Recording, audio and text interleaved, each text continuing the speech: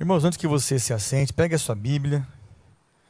Nós vamos dar sequência hoje ao estudo do capítulo 10 do livro de Eclesiastes. Meditamos nas duas últimas terças até o versículo 4. Na verdade até o 5, mas eu vou precisar ler o 5 hoje para que dê sequência e entendimento ao versículo 6 e assim por diante. Eclesiastes capítulo 10.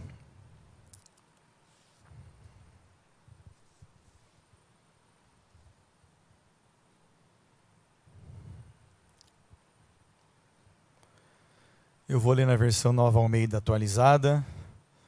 A partir do versículo 5 nos diz assim a Sagrada Escritura: Ainda há um mal que vi debaixo do sol, um erro cometido pelos que governam, os tolos colocados em muitos postos elevados, enquanto os ricos ocupam os postos inferiores. Vi servos andando a cavalo e príncipes andando a pé como se fossem servos. Quem abre uma cova acaba caindo nela, e quem arromba um muro será mordido por uma cobra. Quem arranca pedras será ferido por elas, e o que racha lenha se expõe ao perigo. Se o machado está embotado e ninguém o afia, é preciso redobrar a força, mas com sabedoria se obtém êxito. Se a cobra morder antes de estar encantada, de nada adianta o trabalho do encantador. As palavras do sábio lhe trazem favor, mas o tolo é destruído pelo que diz. As primeiras palavras de sua boca são tolice, e as últimas loucura perversa. O tolo multiplica as palavras, mas o ser humano não sabe o que vai acontecer. Quem poderá lhe dizer o que será depois dele? O trabalho do tolo o fadiga, pois nem sabe ir à cidade. Ai de você, ó terra cujo rei é criança e cujos príncipes se banqueteiam já de manhã. Feliz é você, ó terra cujo rei é filho de nobres e cujos príncipes se sentam à mesa a seu tempo para fazerem as forças e não para se embriagar. Por causa da preguiça o teto desaba, e por causa dos braços cruzados a casa tem goteiras. As festas são feitas para rir, o vinho alegra a vida, e o dinheiro dá conta de tudo. Nem em pensamento fale mal do rei, e não fale mal do rico, nem mesmo quando você estiver sozinho em seu quarto, porque as aves do céu poderiam levar a sua voz, e o que tem asas poderia contar o que falou. Amém. Pode sentar, irmãos, por favor. Oh, glória a Deus, é um privilégio para nós podermos meditar na palavra de Deus. Eu quero usar estas palavras do homem mais sábio do mundo, de todos os tempos, hoje à noite, trazendo para o nosso coração ensinamentos, trazendo para o nosso coração princípios que precisa nos fazer ser o título do estudo de hoje. E o título do estudo é: Seja irrepreensível. Seja irrepreensível. Eu coloquei um ponto de exclamação no final do título para nos dar a conotação de uma ordem, de uma necessidade, de algo que precisa ser imperativo. O ser irrepreensível é uma ordem expressa. O ser irrepreensível é uma necessidade urgente. O ser irrepreensível é uma marca que vai nos dar a decisão de estarmos no centro da vontade de Deus.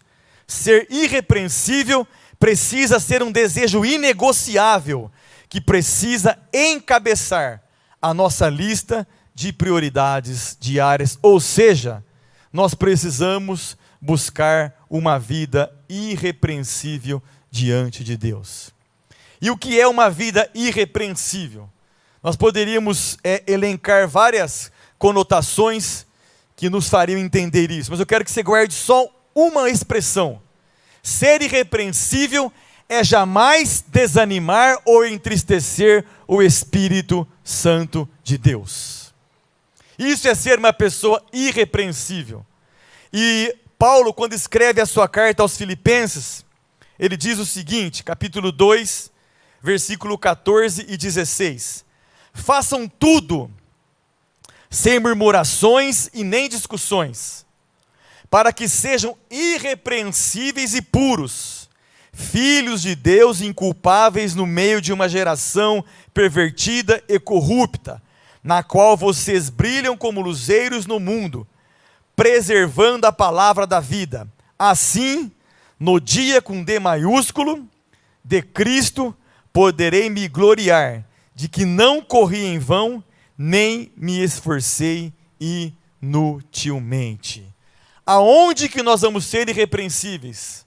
Em todos os lugares. Em qual situação nós seremos irrepreensíveis? Em todas as situações. Ser irrepreensível é uma necessidade. Paulo diz que nós temos que fazer tudo. É difícil, irmãos. É tudo. Não é só a situação que me agrada. Tudo que nós formos fazer tem que ser sem murmuração, sem discussão, e nós não murmurando e não discutindo, sejamos irrepreensíveis no meio de uma geração pervertida e corrupta. Ou seja, nós precisamos ser diferentes, mesmo diante das indiferenças que as pessoas fazem ou estão fazendo em relação à palavra de Deus. Seja o lugar onde Deus colocar a minha e a sua vida, naquele lugar nós precisamos praticar a irrepreensibilidade. Precisamos ser pessoas irrepreensíveis, que agradam o Espírito Santo, que alegram o Espírito Santo, que as nossas atitudes coloquem um sorriso no coração de Deus. E fazendo isso, atentando para essa atitude de ser irrepreensível, nós iremos nos tornar pessoas aptas para estarmos preparados para o dia com D maiúsculo de Cristo. É necessário que Ele encontre em nós a irrepreensibilidade para que nós sejamos aptos a estarmos preparados para o dia que Ele vier nos buscar. Segundo, nós precisamos ser irrepreensíveis, porque isso nos fará pessoas diferentes aonde? No meio de uma geração perversa. No meio de pessoas incrédulas, no meio de pessoas ímpias, no meio de uma situação que sempre está nos convidando para fazer algo errado. São nesses momentos que nós precisamos permanecer firme, irrepreensíveis, agradando o Espírito Santo, mesmo no meio de uma geração perversa e corrupta. E terceiro e último, ser irrepreensível nos fará pessoas, cumprindo esses princípios, eles nos farão ser encontrados pelo Senhor como irrepreensíveis, que é o que Deus está procurando, que é o que Deus precisa enxergar. Então, cumprindo a vida de ser irrepreensível, nós seremos encontrados por Deus. Tem pessoas que querem que Deus o encontre, mas a vida não está nem um pouco aprumada ou prumada da forma com que Deus gostaria que a encontrasse. Queremos que Deus realize as coisas, mas as nossas vidas não estão de acordo com a sua palavra. Não temos vivido uma vida irrepreensível. E Salomão então discorre algumas situações que nós vamos ver agora. E eu quero trazer as palavras deste homem para que ela seja praticada no nosso dia a dia. Porque o que vale, irmãos, é o nosso dia a dia. O que vale é quando a gente acorda. O que vale é o dia de hoje. Amanhã você não tem o poder e o dia de ontem já foi.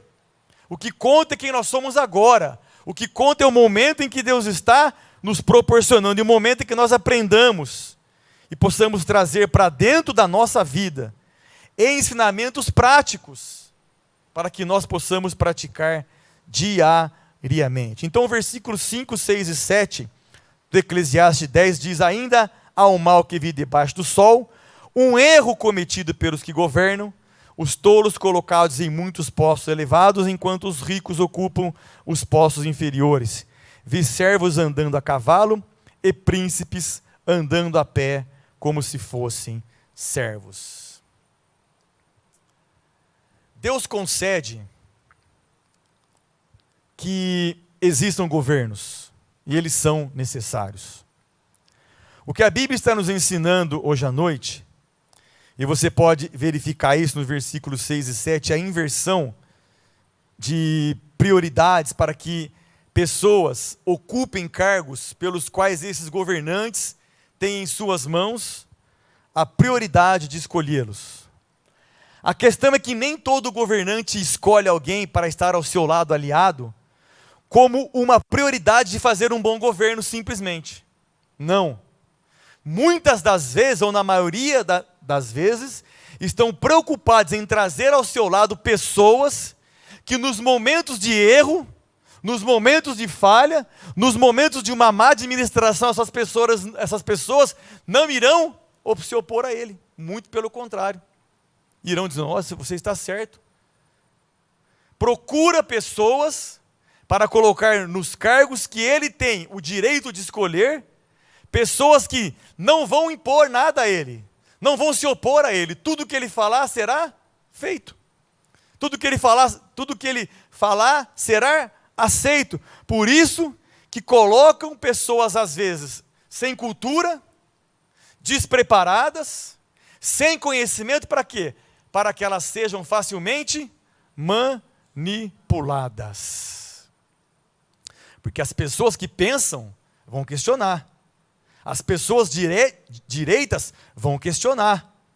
As pessoas que estão ali dispostas a fazer um bom trabalho vão dizer, olha, o que você está fazendo não nos levará a um caminho de um bom trabalho. Agora, onde que entra a nossa parte como crentes? Aonde entra a nossa parte como cristãos? Todas as vezes, irmãos, que Deus nos der a oportunidade, que nós governemos sobre algo, e o governo, nesse caso, não é só sobre país, sobre cidade, não. Deus, às vezes, nos concede lideranças empresariais, lideranças profissionais, lideranças eclesiásticas, lideranças familiares, enfim. Todas as vezes que Deus nos der a oportunidade para que nós sejamos governantes ou pessoas governadas, não importa se você está sendo como um governante ou se você está sendo governado. Nós que procuramos a irrepreensibilidade, ser pessoas irrepreensíveis diante de Deus, tanto na forma de governar, quanto na forma de ser governado, a nossa única base de ou exercer o poder ou receber o poder precisa estar plenamente de acordo com a palavra de Deus. Se Deus te deu autoridade, o governo para você ser líder, liderar sobre alguma coisa, lidere pela palavra de Deus. Liderando pela palavra de Deus, você jamais será alvo de irrepreensível. Você sempre será irrepreensível. E mesmo quando você estiver sendo alvo de alguém que exerce autoridade sobre você, nunca a cumpra. Por mais que custe a sua vida, que custe o seu emprego, que custe o que custar, defenda a bandeira do Evangelho, defenda a palavra de Deus. Então, se Deus nos der a oportunidade de escolhermos pessoas para estar ao nosso lado, aliadas a uma determinada liderança, escolha pessoas capazes de obedecer à voz de Deus. Pessoas que você vai orar, nós que somos crentes, e pessoas que Deus vai nos direcionar para que o nome dele seja glorificado. Afinal de contas, o governo que nos foi exercido, ou a forma de nós obedecermos o governo que está sobre a nossa vida, tudo, diz a Bíblia, é feito para a glória de Deus. E isso tem que ser, irmãos, para nós que desejamos uma vida irrepreensível, tem que ser iluminado, negrito, caixa alta, sublinhado, piscando. Tudo que nós formos fazer, das mínimas coisas, ou das máximas coisas, das pequenas coisas, ou das grandes coisas, nós precisamos em tudo glorificar o nome de Deus.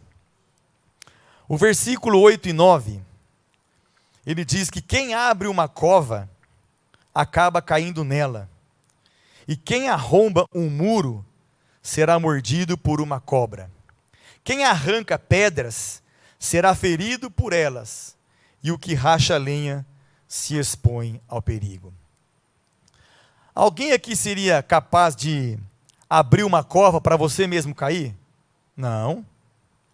Alguém aqui seria capaz de arrombar um muro, você mesmo sabendo que vai ter uma cobra que vai te morder?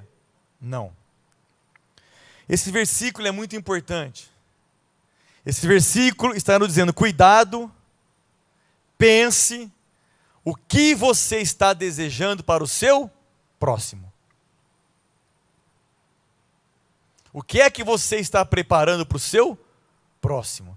Se você sabe que tem algo do outro lado que vai ferir o teu próximo, não faça. Não lhe indique o caminho. Não dê a ele essa opção. Agora, o pior de tudo é que o versículo diz que quem abre a cova acaba caindo nela. Quem arromba o muro, o mesmo que intentou o plano ruim, vai ser mordido por uma cobra. Ou seja, quem cria situações para que o outro seja prejudicado, pode ser que esteja armando a sua própria ruína. Por isso que a Bíblia é perfeita. Nunca deseja ao seu próximo, ou melhor, deseja ao seu próximo o que você gostaria que fosse desejado para você. Ame o teu próximo como você gostaria que fosse amado. A cova que você abre hoje, o muro que você arromba hoje, as pedras que você arranca hoje e a lenha que você racha hoje, podem ser a construção do seu caminho de amanhã. O que você deseja de ruim para alguém hoje, pode ser que amanhã você esteja no mesmo caminho. Então, deseje bem, deseje coisas boas, projete coisas boas, alerte-os dos perigos. Se você já passou, já viu, que tem pessoas que já foi a algum lugar, ou já passou por uma situação XY, viu que deu errado, está vendo que o outro está indo, e deixa, não avisa. Então, irmãos, é importante que nós paremos um pouco, ou dediquemos um pouco do nosso dia, da nossa vida, ao nosso próximo, instruindo e ajudando em todo o tempo. Romanos 12, 18 diz: se possível, no que depender de vocês, vivam em paz com todas as pessoas. O crente não existe discriminação. Ah, com tal pessoa eu vou ter paz e com tal pessoa eu não vou ter paz. Não, irmãos. O texto sagrado está nos dizendo que se depender de mim e de você, a nossa escolha, a nossa decisão precisa ser viver em paz com todas as pessoas. Obviamente que tem umas que você não vai ter afinidade, obviamente que vai ter umas que você não vai contar tantos segredos, não vai expor tanto a sua vida, e para outras, por uma confiabilidade de uma amizade que vai se perdoando, você se abre. Mas a nossa intenção precisa ser estar de bem com todo mundo. Isso é maravilhoso, irmãos. Eu não sei se incomoda os irmãos quando a gente percebe que criou atrito com alguma pessoa e você não consegue olhar no olho. Para mim é ruim isso. Ainda mais quando você convive no mesmo ambiente. Como é que é possível isso? Então o nosso exemplo é primeiro. Por quê?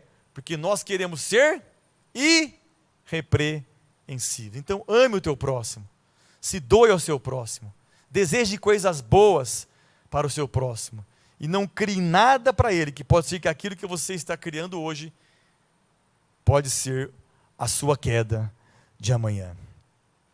Versículo 10, se o machado está embotado e ninguém o afia, é preciso redobrar a força, mas com sabedoria se obtém êxito. Tem muitas pessoas que estão com a sua vida embotada.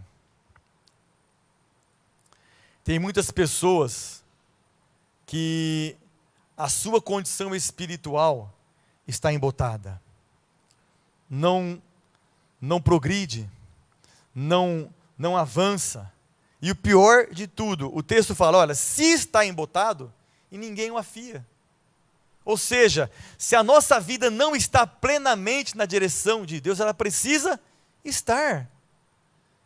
Pessoas querem progredir espiritualmente com a vida embotada, com a vida torta, com a vida com palavras inúteis, com a vida que não é uma pessoa irrepreensível, com uma vida que entristece o Espírito Santo. Então, se você percebeu que o seu machado, que a sua vida, que as suas palavras estão embotadas, afia, prepara, volta ao lugar onde você caiu e recomeça de novo, mas recomece afiado, recomece pronto, recomece preparado para que Deus possa te usar. E o texto fala, olha, redobre a sua força.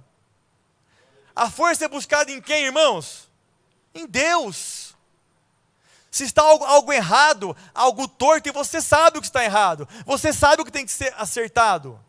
Não ande com a vida embotada, afia a sua vida, prepara a sua vida, lapida a sua vida, poda a sua vida, para que Deus possa te usar, redobrando as suas forças em Deus. Busque a sabedoria de Deus, para que você vença. Chega de vida embotada. No caso aqui, o exemplo é o machado que você está usando, sabendo que ele não tem corte, sabendo que ele não vai ter proveito nenhum, e você está lá. Sem êxito, sem sucesso, achando que está agradando a Deus e não está. Porque está com a vida, no caso aqui estamos exemplificando o machado como a nossa vida, não está de acordo com o que Deus quer, não está afiado. Então redobre a sua força em Deus, diz Salomão. Busque a sua força, redobre a sua força, busque sabedoria. Para quê? Final do versículo, para que se obtenha êxito. Para que se obtenha êxito. 1 Samuel 30, versículo 6, Davi ficou muito angustiado, pois o povo falava de apedrejá-lo, porque todos estavam amargurados, cada um por causa de seus filhos e suas filhas. Mas Davi ficou embotado? Ficou lá sem saber o que fazer? Mas Davi se reanimou no Senhor seu Deus. E olha que a situação que ele estava ali atravessando não era uma situação fácil de ser administrada. Todas as famílias dos homens que foram com ele para a guerra foram raptadas. E as pessoas, os homens queriam o quê? Apedrejá-lo, matá-lo, como se ele fosse o culpado. E ele foi aonde? Foi afiar a sua vida, foi preparar a sua vida, foi buscar sabedoria aonde? Em Deus. Tiago 1,5 diz, se porém algum de vocês necessita de sabedoria, peça a Deus, que a todos dá com generosidade e sem reprovações, e ela lhe será concedida. Chega de vida de qualquer jeito. Chega de vida de qualquer jeito. Vamos afiar a nossa vida. Vamos afiar nossas palavras, para que elas sejam palavras frutíferas. Vamos afiar nossas atitudes. Vamos redobrar, recobrar, buscar a força, a sabedoria, a instrução, o conhecimento nas mãos de Deus. Versículo 11. Se a cobra morder antes de estar encantada, de nada adianta o trabalho do encantador. Pessoas que não se preparam para nada e ficam dependendo do acaso. O versículo diz daquele homem que, antes de domesticar, antes de realizar o trabalho que ele gostaria de ter sido realizado, nesse caso aqui, ele foi picado. Pessoas que planejam coisas, que desejam chegar no final, mas são surpreendidos por não chegar ao final, sabe por quê? Porque não planejaram o começo, não convidaram Deus, Não perguntaram que para Deus se era o momento, se é a hora, se é isso ou se é aquilo. O que Deus quer? Eu quero isso, mas e Deus? Quantos reis que perguntavam para Deus, para onde vamos agora? A qual tribo agora? Para qual caminho agora? Para onde iremos atacar? A quem atacar? E o que fazer? E Deus dava as instruções. E você vê pela palavra de Deus que todas as vezes que Deus dava as instruções, dava certo. Então nós queremos encantar as coisas, preparar as coisas, ver o final das coisas. Como este homem aqui, queria encantar a cobra, domesticar a cobra, enfim, com o seu jeito, com o seu procedimento, e não dá certo. Faça as coisas de acordo com o que Deus quer, para que você não seja surpreendido. Quando você não se prepara, pode acontecer de aquela situação que você deseja realizar, mas não se preparou, se torne uma tragédia em sua vida, ao invés de êxito. Lucas 14, do 28 ao 30 diz: pois qual de vocês, pretendendo construir uma torre, não se assenta primeiro para calcular a despesa e verificar se tem os meios para concluir? Irmãos, quanto tempo vocês acham que o engenheiro se debruça sobre um projeto para erguer um edifício? Você acha que é de uma semana? Você acha que é assim, amanhã eu vou construir um prédio, ele senta lá, hoje à noite, amanhã cedo sai o projeto? Não, irmãos. Nem o Neymar. A Bíblia está nos dizendo que tudo o que a gente for fazer precisa ter planejamento. Quanto custa, quanto vai, qual que é o tempo. Para não acontecer que, continuando o versículo, tendo lançado os alicerces e não podendo terminar a construção, o que acontece? Todos os que a virem zombem dele, dizendo: este homem começou a construir e não pôde acabar. Querem ver o final, mas querem ir para o final de qualquer jeito. Com qualquer tipo de material. Compra o mais barato. Não, areia? Não, pega areia mais barata. Pega areia do mar. Não precisa se dedicar tanto, não. Vamos fazer de qualquer jeito. Deus é Deus, pô. Ele me conhece, Ele é amor. Misericórdia, irmãos. Isso aqui é para a gente pensar no seguinte. E a pergunta até teme em fazê-la. Mas é para a gente pensar. Será que nós estamos indo para o céu? Porque o céu é o nosso destino final, não é? Mas o que é que nós estamos fazendo durante o percurso? Quais são os planos para 2020, as prioridades de 2020? E é engraçado que a gente se dedica muito mais, com toda a nossa força, a fazer dar certo as coisas terrenas do que as espirituais. Pensa para você ver um pouquinho, você mesmo, se não é verdade. A gente se dedica tanto às coisas terrenas, e vai, e projeta, e luta, e deixa de lado as espirituais. Será que nós estamos indo para o céu? Para ir para o céu precisamos ser irrepreensíveis. Irrepreensíveis. Deus tem que olhar para nós e dizer: a intenção, nós vamos errar, nós vamos pecar, porque a Bíblia diz que não há homem que não peque, e não há um justo sequer sobre a face da terra. Mas a intenção do nosso coração tem que ser sempre acertar. Porque Deus olha o quê? A intenção.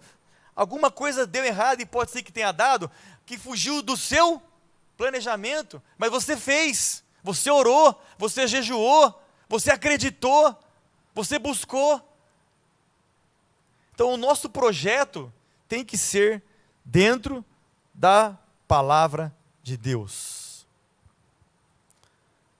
Pretendem construir uma torre e se assenta primeiro para calcular as despesas e verificar se tem os meios para concluir. Eu vou dizer algo para os irmãos muito particular. Eu nunca fiz planejamento na minha vida. E isso é ruim, tá? Eu não estou dizendo isso como coisa boa, não. E a minha esposa, esse ano eu fiz 20 anos de casado. E a minha esposa sempre me disse isso. Você tem que planejar, você tem que escrever. Enfim, eu resolvi ouvi-la há 6 meses atrás. Criei uma planilha em casa e tudo que a gente gasta, pode ser 1 centavo. Eu chego à tarde lá e coloco lá na planilha, 1 centavo. Com isso a gente está observando que tem coisas que não precisava ter sido gasta. Então a gente começa o quê? A eliminar. Vai comprar para que isso?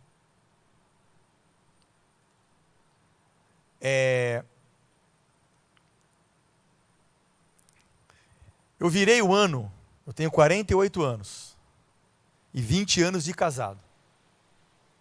Eu nunca passei uma virada de ano sem contas atrasadas em cima da minha mesa. Pode ser água, luz, telefone, sempre tinha lá. Para a glória de Deus, hoje eu paguei a Sanasa que vai vencer amanhã. Por quê? Planejamento financeiro. Nós precisamos planejar a nossa vida.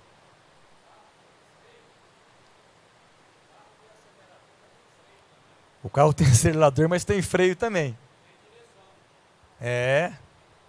Amém, irmãos? Tá certo que o nosso planejamento primeiro tem que ser espiritual. Mas Deus se agrada dos pequenos detalhes. Eu vou dizer, não é que teve economia, não é que sobrou dinheiro, não, nada disso, porque o salário é o mesmo. As contas são as mesmas. Mas parece que Deus se agrada tanto de uma vida planejada que Ele faz alguma coisa acontecer que você não entende. E vou dizer algo mais. Eu estava com 6 parcelas atrasadas do meu carro. Busca e apreensão. E Deus fez uma manobra que o meu processo de busca e apreensão caiu na mão de uma pessoa conhecida. E ela não pode, mas ela me ligou. Luciano, eu não posso fazer o que eu estou fazendo. Que a minha parte é assinar, subir aqui para o juiz e no dia seguinte seu carro ir embora. Mas é assim, assim, assim. Para encurtar a história, o carro ficava em 14 mil para quitar e em 7 mil para pagar as parcelas atrasadas.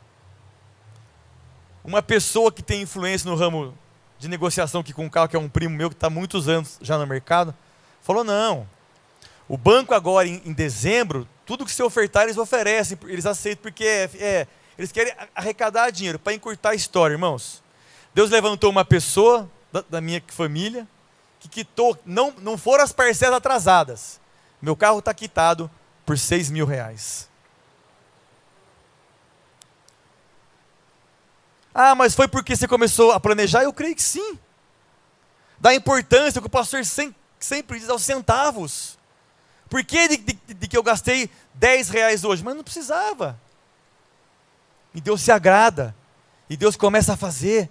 E Deus começa a mover.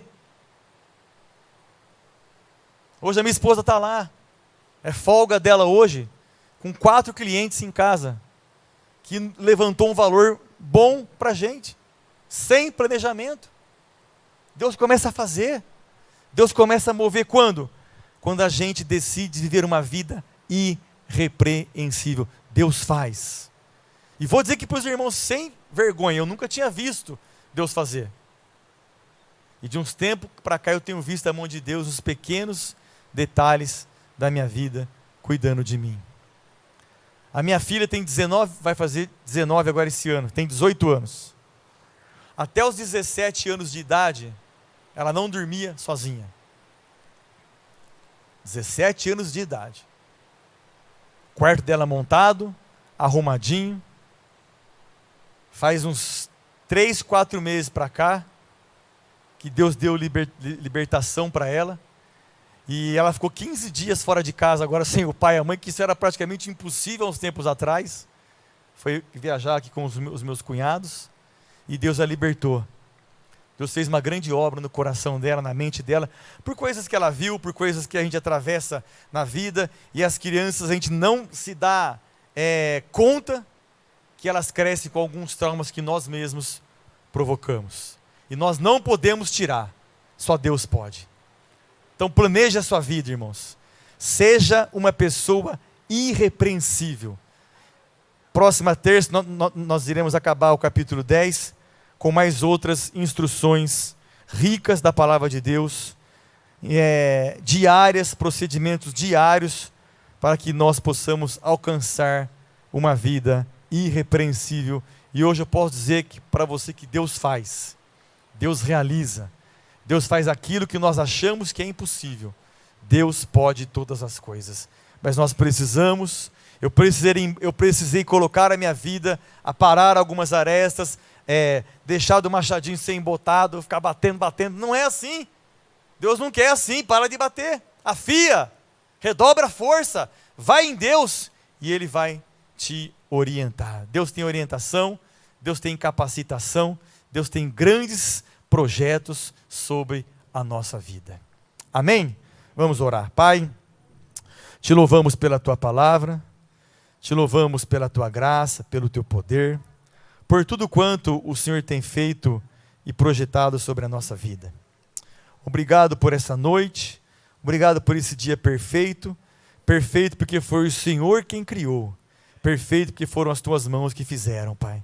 Que a Tua palavra se cumpra sobre a nossa vida e que o nosso alvo seja buscar uma vida irrepreensível, uma vida agradável aos Teus olhos, uma vida enriquecida pelo Espírito Santo, uma vida onde Deus possa nos olhar e sentir prazer nas nossas atitudes. Abençoa a nossa vida, abençoa o nosso coração, abençoa a nossa casa, abençoa os nossos projetos, que em tudo o Senhor seja incluso, que a Tua palavra seja a direção de tudo aquilo que formos planejarmos, que formos construir para o louvor da Sua glória.